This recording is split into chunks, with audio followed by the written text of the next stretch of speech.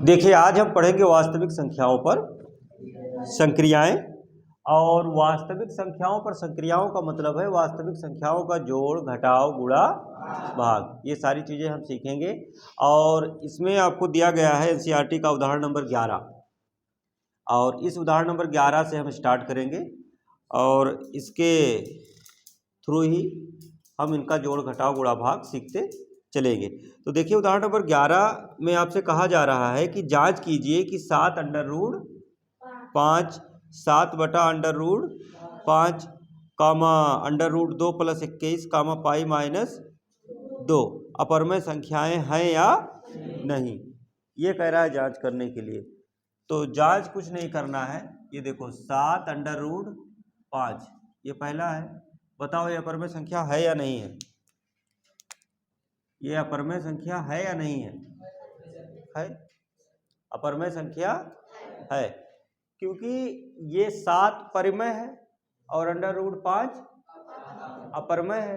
तो किसी भी परमय संख्या का जब अपरमय संख्या के साथ गुणा किया जाता है तो जो गुणनफल होता है वो अपरमय संख्या ही।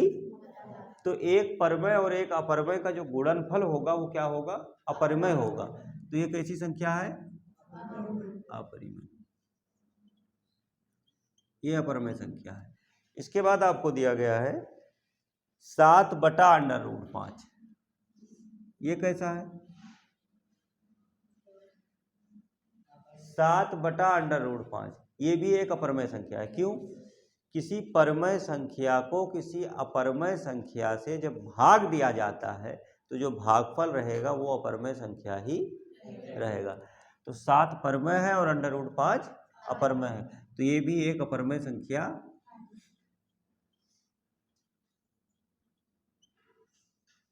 इसके बाद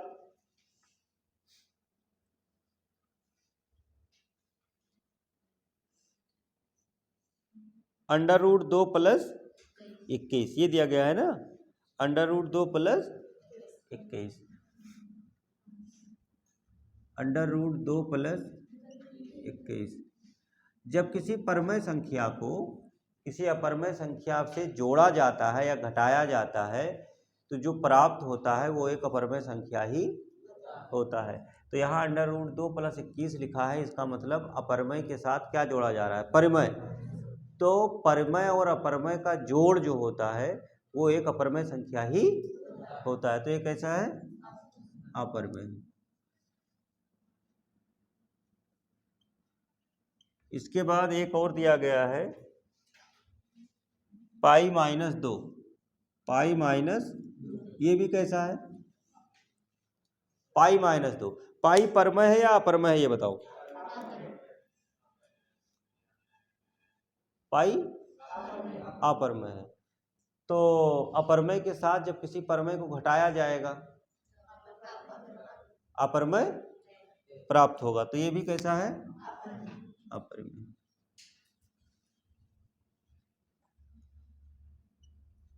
अब देखो, जितनी भी अपरमय संख्याएं होती हैं सबका दशमलव प्रसार कैसा होता है? नहीं, अशांत नहीं कहोगे, अशांत तो होता ही है। अशांत अनावर्ती, या तो कहो अशांत अनावर्ती। अशांत अनावर्ती का मतलब कि खत्म भी नहीं होगा और रिपीट भी नहीं होगा। तो अशांत के साथ आपको ये बोलना है अपरमय संख्याओं का दशमलव प्रसार कैसा होता है? अशांत अनावर्ती होता है। ठीक है, अशांत नहीं कहोगे केवल, क्योंकि अशांत तो परमय संख्याओं का भी होता है लेकिन वो आवर्ती होता है, रिपीट होता है। तो जिन संख्याओं का दशमलव प्रसार अशांत आवर्ती होता है वो तो परमय संख्या होती हैं, और जिनका दशमलव प्रसार अशांत अनावर्ती होता है मतलब दशमलव के बाद रिपीट नहीं होती है, वो क्या होती है? अपरमय संख्या होती है। ठीक है, समझ में आया? तो इसको हम ऐसे भी कर सकते हैं कि जैसे ये 7 अंडर रूट 5 लिखा हुआ है तो अंडर रूट 5 का क्या कर लीजिए? वर्गमूल निकाल लीजिए। अंडर रूट 5 का क्या कर लीजिए? वर्गमूल निकालना भाग विधि से आप लोगों ने कक्षा 8 में पढ़ा है, सीखा है। तो 5 का वर्गमूल निकाला जा सकता है, लेकिन मैं वहाँ निकाल के ये नहीं बताऊंगा आप लोगों को, यहाँ इस समय नहीं बताने जा रहा हूँ। उसे आप लोग निकाल सकते हैं समझने के लिए। जब इसका वर्गमूल निकालोगे तो जो दशमलव प्रसार होगा, दशमलव के बाद जो संख्या आएगी वो कभी खत्म नहीं होगी और रिपीट भी नहीं होगी। तो जब 7 से गुणा करोगे तब भी तो वही रहेगा, ना खत्म होगा ना रिपीट होगा। फिर इसी प्रकार यहाँ भी √5 है, ठीक। तो इसका भी जब आप भाग करेंगे कोई ऐसी संख्या, जब दशमलव √5 का मान जब आप दशमलव में लाएंगे तो जो इसका दशमलव वाला मान होगा वो दशमलव के बाद ना कभी रिपीट होगा और ना ही खत्म होगा, ठीक है। उससे भाग करोगे तो भाग तो ऐसे कर नहीं पाओगे, ठीक है, भाग तो ऐसे कर नहीं पाओगे, लेकिन जो भी आएगा वो क्या होगा, अशांत अनावर्ती ही होगा, समझे। इसी प्रकार ये है, √2 का अगर मान निकालोगे तो इसका दशमलव प्रसार अशांत अनावर्ती होगा, उसमें 21 जोड़ दोगे तब भी अशांत अनावर्ती ही होगा। पाई का अगर निकालोगे तो इसका भी दशमलव वाला जो मान होगा वो अशांत अनावर्ती होगा, 2 घटा दोगे तब भी वही होगा, अशांत अनावर्ती। तो यही चीज तो देखा जाता है। तो देखो यहाँ से निष्कर्ष क्या निकला, क्या पता चला कि जब कभी भी आप परमय और अपरमय का जोड़, घटाव, गुणा, भाग करेंगे तो जो भी संख्या प्राप्त होगी वो क्या होगी, अपरमय होगी। इतनी बात याद रहेगी। बस इसमें याद आप लोगों को इतना रखना है कि परमय और अपरमय संख्याओं का जोड़, घटाव, गुणा, भाग करने पर जो भी संख्या प्राप्त होती है वो क्या होती है, बस समझ में आ गया। इसके बाद उदाहरण नंबर 10, उदाहरण 10 देखो, उदाहरण नंबर 10 में आपसे कहा जा रहा है, नहीं 10 नहीं, अच्छा 11 के बाद 12, उल्टा हो गया। उदाहरण नंबर 12, उदाहरण नंबर 12 में आपसे कहा गया है 2 √2 + 5 √3 और √2 - 3 √3 को जोड़िए। किसको, दूसरा क्या है, किसको जोड़ना है, √2 - 3 √, इसी को तो जोड़ना है, इन दोनों को जोड़ना है। तो जोड़ने के लिए क्या किया जाता है, प्लस, दोनों के बीच में हमने क्या लगा दिया, प्लस, ऐसे तो जोड़ा जाएगा भाई। ये एक, अच्छा बताओ ये परमय है अपरमय है, ये अच्छा, तो कुल मिलाकर के ये सब अपरमय है और यहाँ अपरमय संख्याओं को हमसे जोड़ने के लिए कहा गया है, ठीक है। गुलाम वारिस समझना है पहले, लिखना बाद में है। इन दोनों को जोड़ना है तो देखो, ये 2 √2 + 5 √3 + √2 - 3 √3। अच्छा ये देखो √2 है और ये भी √2 है, ये कै √2 है, 2 √2, ये कितना लिखा हुआ है, 2 √2 है ना, और ये कै √2 है, एक ही तो है। तो 2 √2 और 1 √2 जुड़ के कितना हो जाएगा, 3 √2। समझ में आ रहा है। अच्छा पहले एक साथ ला के लिख लो, 2 √2 और इसको साथ में लिखो प्लस √2 और ये 5 √3 - 3 √3, तो 2 √2 और प्लस 1 √2 जुड़ के कितना हो जाएगा, सबको समझ में आ रहा है ना। चाहे इसको अगर कॉमन ले लो, ऐसे समझो, मान लो कि अगर √2 कॉमन ले लें तो क्या बचेगा, 2 + 1 ही तो बचेगा, तो 2 1 3 आ जाएगा इसके साथ गुणा में, समझे। और चाहे ऐसे जोड़ के लिख दो। और यहाँ पर देखो ये 5 √3 है और ये 3 √3 है, तो 5 √3 में से जब 3 √3 घट जाएगा तो कितने √3 बचेगा, 2 √, बस हो गया। बताओ समझ में आया सबको, अच्छा आ गया ना। इस तरीके से जोड़ लो। जैसे √रूट में जब संख्याएं रहेंगी ना तो इसको ऐसे x समझ लो, जैसे 5x - 3x, तो 5x - 3x कितना x, 2x। तो यहाँ पर क्या √3 है, तो 5 √3 - 3 √3 घटाओगे तो 2 √3, 2 √2 और ये कितना है, एक लिखा नहीं है इसके सामने ना, लिखने की जरूरत भी नहीं है, एक ही बार लिखा है, तो 1 √2 है, तो 2 √2 में से 1 √2 घटा दोगे तो कितना बचेगा, 3। जोड़ना है, जोड़ दोगे तो 3 √2 हो जाएगा, ठीक। इसके बाद उदाहरण नंबर देखो उदाहरण नंबर 13 में आपसे कहा जा रहा है 6√5 को 2√5 से गुणा कीजिए। 6√5 गुणा 2 ये तो कह रहा है 6√5 को 2√5 से गुणा कीजिए। देखिए 6√5 गुणा 2√5 हमने गुणा करके लिख दिया, इसे गुणा का निशान लगा करके 6 दूनी 12 अंडर रूट। देखो जो अंडर रूट के बाहर संख्या है गुणा में उसका तो गुणा कर लेंगे, लिख लेंगे, और जो अंडर रूट के अंदर है उसका अंडर रूट के अंदर लिख देंगे गुणा करके। तो 25। अब बताओ 25 का वर्गमूल निकलेगा कितना? 5। अगर ना निकलता तो इसे लिखा रहने देते। जैसे मान लीजिए यहाँ लिखा हो √2 गुणे √3, तो जब गुणा करोगे तो क्या हो जाएगा? √6 2 तिया 6। तो इसका वर्गमूल निकलेगा 6 का? नहीं निकलेगा, तो ऐसे लिखा रहने देंगे, √6 लिख देंगे, हो गया।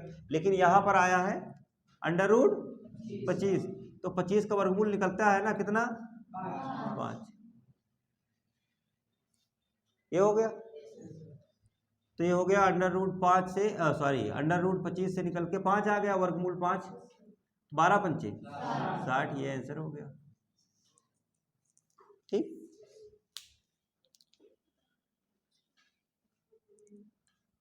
अच्छा, ये उदाहरण नंबर 13 हो गया।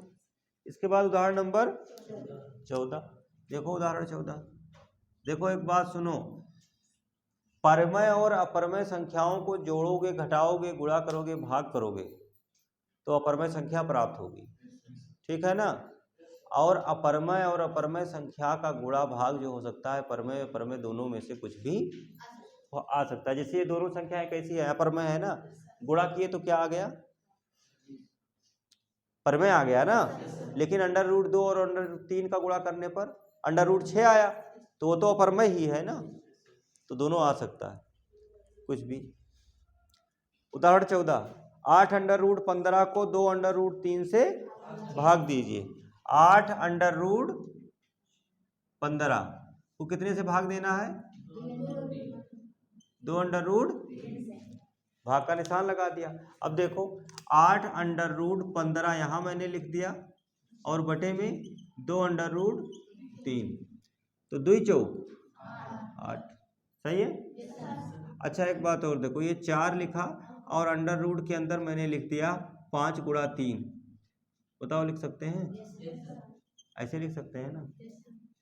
अच्छा दूसरा ये भी हो सकता है कि ये भी अंडर रूट में है, ये भी अंडर रूट में है, अगर कट रहा है तो कट जाएगा दोनों।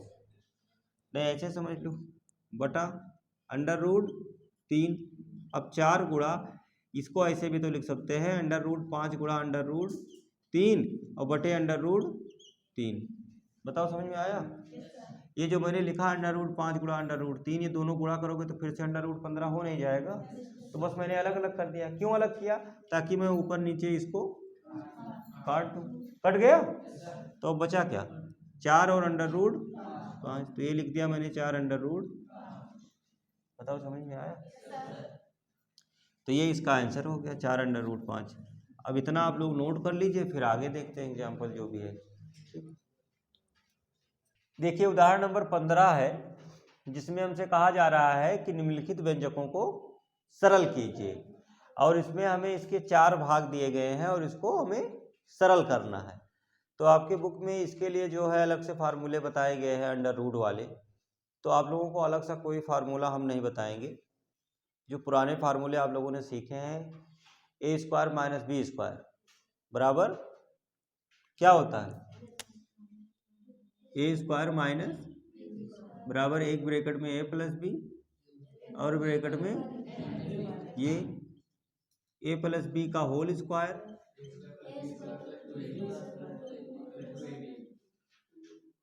और a - b का होल स्क्वायर।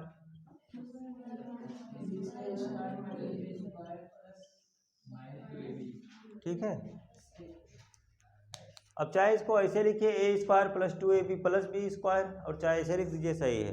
तो प्लस माइनस में जब a + b का होल स्क्वायर खोलोगे तो सब प्लस में रहेगा, a - b का होल स्क्वायर तो a² + b² - 2ab, और ये दोनों स्थितियों में प्लस ही होता है। ये 3 फार्मूले आप लोगों ने पढ़ा है पीछे, नहीं पढ़ा है तो यहाँ से पढ़ लो, यहाँ से जान लो।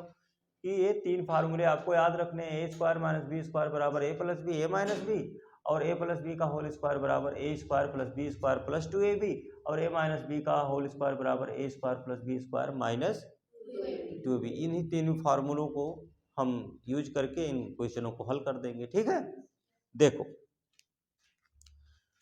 यहां से हल देखेंगे और इसमें जो पहला आपको दिया गया है वो है 5 प्लस अंडर रूट 7 और 2 प्लस अंडर रूट। अच्छा देखिए, अच्छा दो ब्रैकेटों का गुणा करना सबको आता है, A plus B into C plus D. अगर कोई दो ब्रैकेट इस तरीके से है तो गुणा करना आता है। यहाँ तो कोई फार्मूला नहीं बन रहा है ना, दो गुणा कैसे किया जाता है, ए का सी से तो ए सी हो गया, और फिर ए का डी से तो ए डी हो गया, और फिर उसके बाद बी का तो बी सी, और फिर बी का डी से तो दो ब्रैकेटों का गुणा इस तरीके से किया जाता है। मतलब पहले ब्रैकेट के पहले पद से पहले दोनों में गुणा कर दीजिए, और फिर दूसरे पद से भी दोनों में गुणा कर दीजिए। समझे ना बात को। तो अब जरा देखो, ये तो किसी फार्मूले पे फिट नहीं बैठ रहा है, ना ए ना इस पे ना इस पे ना, तो यहाँ पर क्या करना पड़ेगा, दोनों ब्रैकेटों का, जैसे 5 का गुणा 2 से होगा तो 5 दूना 10।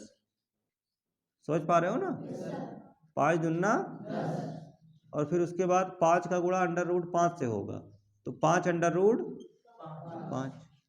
समझे, पहले 5 का गुणा 2 से हुआ और फिर 5 का गुणा 5 से, फिर उसके बाद अंडर रूट 7 का गुणा 2 से होगा तो क्या हो जाएगा 2 अंडर रूट 7, और फिर इसी अंडर रूट 7 का गुणा किससे होगा, अंडर रूट 5 से, तो अंडर रूट दोनों अंडर रूट में है तो 7 बचे 35। ठीक है, समझ में आया सबको। चलिए, तो फिर क्या इसमें कुछ जुड़ घट सकता है, नहीं, तो फिर ये ऐसे रहेगा, यही आप लोगों का आंसर है। देखो ये परमेय है और बाकी ये सब अपरमेय है, लेकिन ये अंडर रूट 5 है, अंडर रूट 7 है, अंडर रूट 35 है। तो इस तरीके से गुणा करके आप लोग लिख देंगे और ये यहाँ पर हल हो गया, बस और कुछ नहीं करना है, हमने सरल कर दिया। ठीक है, इसके बाद दूसरा देखो,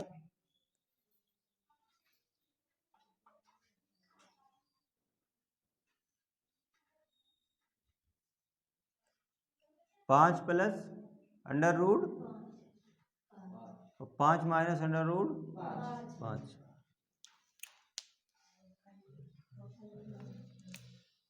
देखो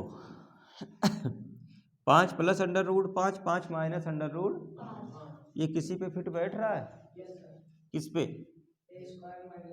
देखो A square minus B square A plus B A minus B, तो यहाँ पर भी तो यही है। 5 plus under root 5, 5 minus under root 5, दोनों ब्रैकेटों में केवल प्लस माइनस का ही तो अंतर है, बाकी तो सेम है। तो अगर ऐसे ब्रैकेट में दिया हो तो इसको हम ऐसे लिख सकते हैं, ऐसे दिया हो तो ऐसे लिख सकते हैं। तो बताओ ए की जगह पर क्या है 5 और बी की जगह पर अंडर रूट 5, तो इसको हम किसके बराबर लिख देंगे, ये बराबर किसके हो जाएगा, जैसे a plus B A minus B किसके बराबर है, ए स्क्वायर माइनस, तो वैसे 5 प्लस अंडर रूट 5 और 5 माइनस अंडर रूट 5 किसके बराबर है, 5 के स्क्वायर माइनस अंडर रूट 5 का स्क्वायर, 25, और अंडर रूट 5 का स्क्वायर क्या होगा 5, क्या होगा 5, क्योंकि यहाँ पर फिर अंडर रूट 5 गुणे अंडर रूट 5 करके देख लो, तो फिर 25 माइनस अंडर रूट 25, 5 पे जो का गुणा हो जाएगा ना। अच्छा बताओ वर्गमूल कितना होगा 5, तो 25 में से 5 गया तो ये आंसर आ गया। बताओ समझ में आया। अच्छा इसके बाद तीसरा देखो, इसका जो तीसरा भाग है उसमें दिया गया under root 3 plus under root 7 का होल स्क्वायर। देखो क्या होगा, ये होल स्क्वायर दिया गया है ना, ये देखो ए प्लस बी का होल स्क्वायर लिख रखा है, ए प्लस बी का whole square A square plus B square plus 2ab होता है, तो इसका भी यही होल स्क्वायर है, खोल देंगे इस तरीके से, बराबर में क्या हो जाएगा, ये ए की जगह पर अंडर रूट 3, बी की जगह पर अंडर रूट 7, तो इस तरीके से A square plus B square plus 2ab, A की जगह पर अंडर रूट 3, बी की जगह पर अंडर रूट 7, और उसके बाद 2 है ए बी अंडर रूट 3 गुणे अंडर रूट 7। बताओ समझ में आया सबको? अच्छा, अभी जैसे देखो ये अंडर रूट 5 का स्क्वायर था तो बाहर क्या निकला? 5 ना। तो इसी प्रकार अंडर रूट 3 का स्क्वायर बाहर क्या निकलेगा? अंडर रूट 7 का स्क्वायर क्या है? 7। 2 अंडर रूट 3 और अंडर रूट 7 का गुणा 7 3 21, क्योंकि इसका वर्गमूल नहीं निकल सकता है। 7 3 जुड़ जाएगा ना, प्लस 2 अंडर रूट 21, बस यही आंसर हो गया। समझे? अच्छा, इसके बाद एक और बच रहा है चौथा। देखो चौथे में क्या कह रहा है। Under root 11 minus under root 7 और फिर under root 11 plus under root 7, यही तो कह रहा है। देखो किसी से मैच कर रहा है? हाँ, दोनों माइनस माइनस लिख दिए, ये प्लस है। देखो ये माइनस, ये देखो किसी से मैच कर रहा है। हाँ, पहले वाले से मैच कर रहा है ना। एक ब्रैकेट में ए प्लस बी, एक ब्रैकेट में ए माइनस बी। तो यहाँ भी तो वही लिखा है। जैसे ये ए है और ये बी है तो A minus B A plus B same same है, बस केवल प्लस माइनस का अंतर है। तो ये बार फार्मूला लग जाएगा इस पे। समझ में आ रहा है सबको ना? जैसे ये होता है ए स्क्वायर माइनस बी स्क्वायर बराबर A plus B A minus B, या कहे ए प्लस बी इंटू ए माइनस बी बराबर A square minus B square. तो यहाँ पर संख्या है तो संख्या लिखती जाएगी। देखो बराबर में क्या लिखेंगे? अंडर रूट 11 का स्क्वायर माइनस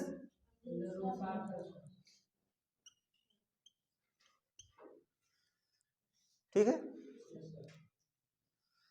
तो जैसे यहाँ a plus B A minus B के बराबर A square minus B square होता है, वैसे under root 11 minus under root 7, देखो जो यहाँ पर है वही यहाँ पर है, बस खाली प्लस माइनस का अंतर है। तो इसके बराबर क्या होगा? Under root 11 minus under root 7 का स्क्वायर। इस तरीके से बताओ बाहर कितना निकलेगा और यहाँ बाहर कितना निकलेगा? 7। 11 में से 7 जाएगा 4, आंसर हो गया। समझे? तो इस तरीके से उदाहरण नंबर 15 हो जाता है। इसे नोट कर लीजिए उदाहरण नंबर 15 को, और ये जो हमने फार्मूले लिखवाए इसे भी नोट कर लीजिएगा और ये भी नोट कर लीजिएगा। ठीक है, जिसको 2 ब्रैकेटों का गुणा नहीं आता है वो इसे भी नोट कर लेंगे समझने के लिए। हाँ, तो ठीक है, नोट करिए। देखिए अब देखेंगे उदाहरण नंबर 16, जिसमें कहा जा रहा है 1 अंडर रूट 2 के हर का परमेकरण कीजिए। इसमें हमें इसके हर का परमेकरण करना है। हर के परमेकरण से हमारा मतलब है कि अभी ये 1 अंडर रूट 2 जो लिखा हुआ है, इसका जो हर है अंडर रूट 2 वो क्या है? अपरमेय संख्या है। अंडर रूट 2 क्या है? अपरमेय संख्या है। तो इस अपरमेय संख्या को हमें किस में बदलना है? परमेय संख्या में बदलना है। समझ में आई बात? तो इसके हर का परमेयकरण करने का मतलब है कि इसके हर को जो अपरमेय संख्या है उसको हम किस में बदल दें? परमेय संख्या में बदल दें। तो देखो कैसे।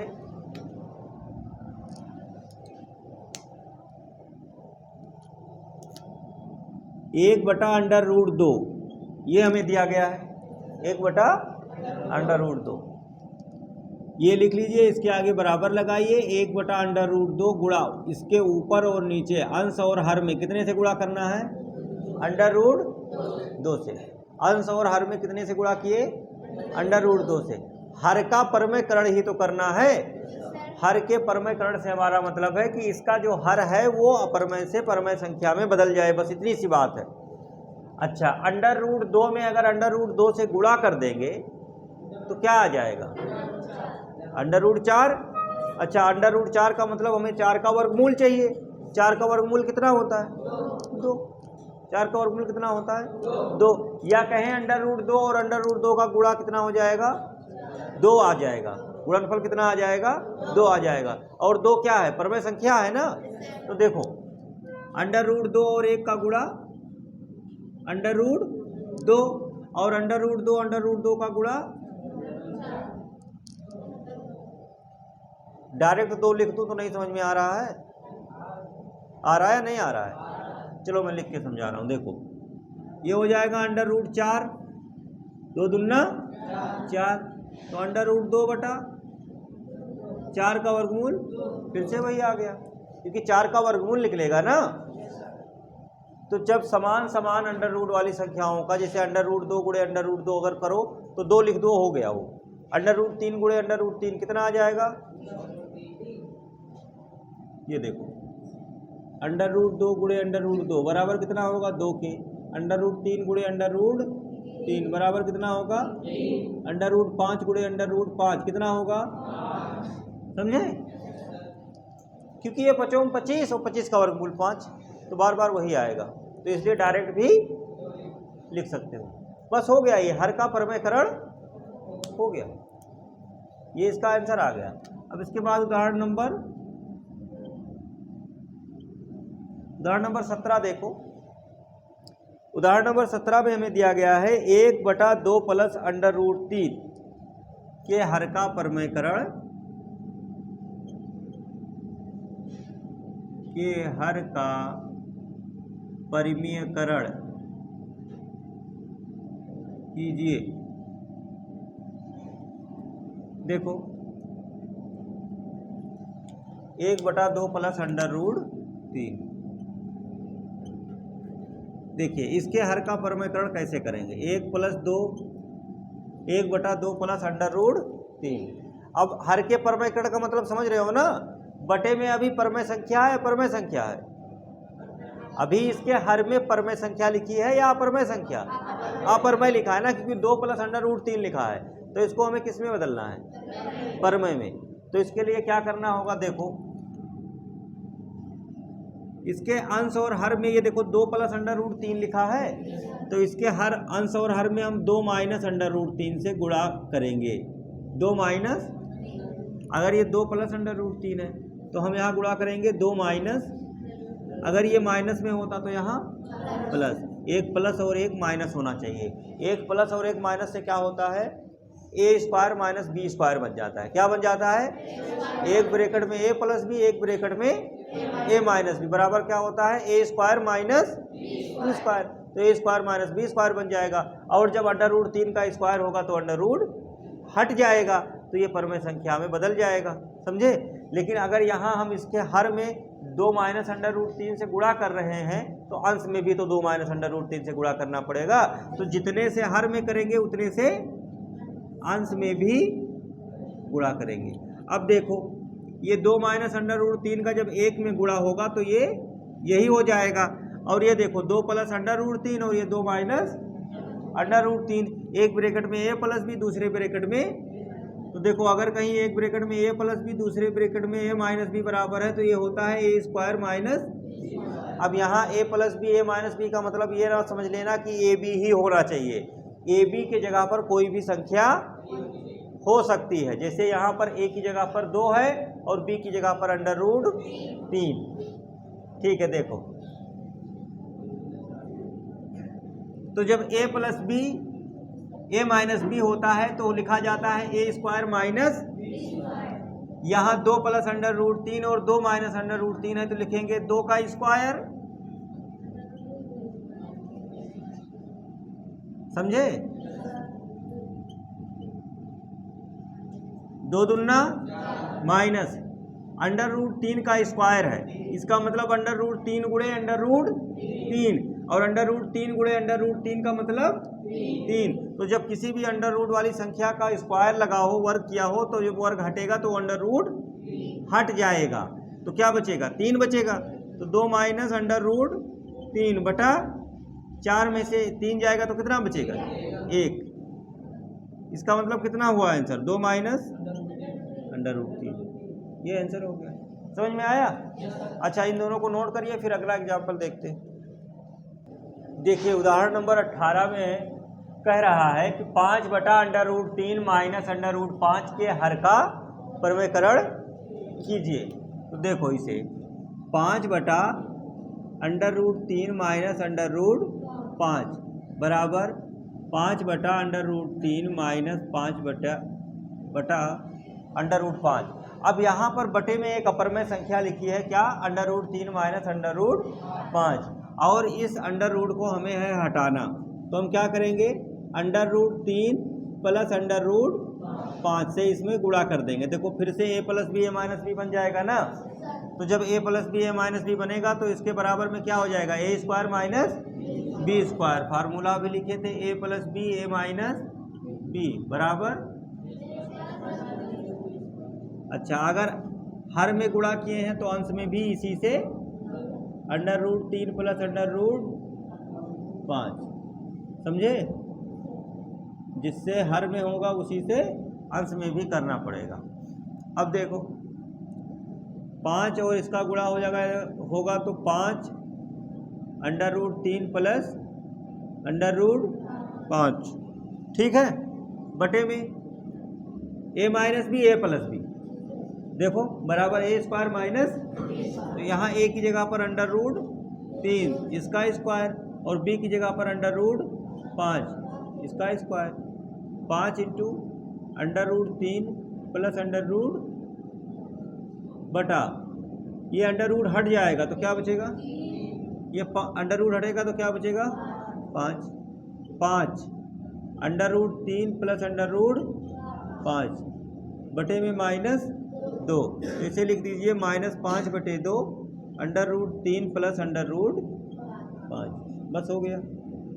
बताओ हर इसका जो बटे में है, अब बटे में क्या है 2, ये परमेय है ना, तो परमेयकरण हो गया। बटे वाली संख्या जो थी बटे के नीचे हर में, वो परमेय संख्या आ गई तो इसके हर का परमेयकरण हो गया। बस इस प्रकार से ये हो जा रहा है, ठीक है। उदाहरण नंबर 19 में हमसे कह रहा है कि 1/7 प्लस 3 अंडर रूट 2 के हर का परमेयकरण कीजिए। तो यहाँ पर लिखेंगे 1/7 प्लस 3 अंडर रूट 2, ठीक है। और इसके बाद इसके अंश और हर में कितने से गुणा करेंगे बताओ, 7 माइनस, देखो यहाँ प्लस है तो माइनस लेना पड़ेगा और माइनस रहेगा तो बाकी संख्या यही रहेगी, जो यहाँ लिखा है वही लिखेंगे। 7 माइनस 3 अंडर रूट 2, और अगर इसके हर में इतने से किए हैं तो अंश में भी इतने से ही 7 माइनस 3 अंडर रूट। तो देखो